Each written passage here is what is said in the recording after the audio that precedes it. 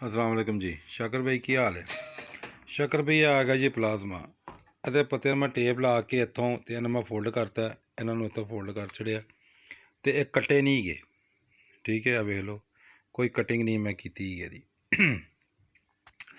ਇਹਦੇ ਵਿੱਚ ਇੱਕ ਇਹ ਵਾਈਟ ਦਾਗ ਹੈਗਾ, ਇੱਕ ਇਹ ਵਾਈਟ ਪੇਪਰ ਹੈ, ਇੱਕ ਇਹ ਵਾਈਟ ਪੇਪਰ, ਇੱਕ ਇਹ ਵਾਈਟ ਪੇਪਰ ਆ ਰਿਹਾ। ਠੀਕ ਹੈ, ਇੱਧਰੋਂ ਆ ਰਿਹਾ ਤੇ ਇੱਕ ਵਾਈਟ ਪੇਪਰ ਇੱਧਰ ਵੀ ਹੋਣਾ ਹੈ। ठीक है, लेकिन इधर नज़र नहीं आ रही। यही एक वाइट पेपर है एला। ठीक है, इन अच्छी तरह खुरचना है। ये अंदर नज़र आ रहे जे, यह पत्ते ने। ठीक है, तो यह हैगा जे उधार, यह हैगा चौरा जिहा स्लेवर। इस स्लेवर नूं ले लेना, पढ़ लो हथों। इस स्लेवर नूं ले लेना,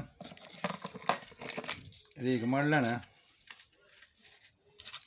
रेग मारना कट लेना। इन्ना क रेग मार तुसीं बना लेना अपना।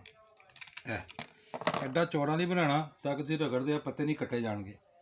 इन्हें बनाना छोटा बरीक, ताकि ये काम जो है ना ठीक करे। अगला हिस्सा सिर्फ करे पॉलिश, पिछे वाला नहीं। जीरो का रेग मार ले लेना तुसीं। जीरो का मैं रेग मार ले लेना। एक ले लेनी एल्फी। एल्फी तुसीं इत्ते लानी है।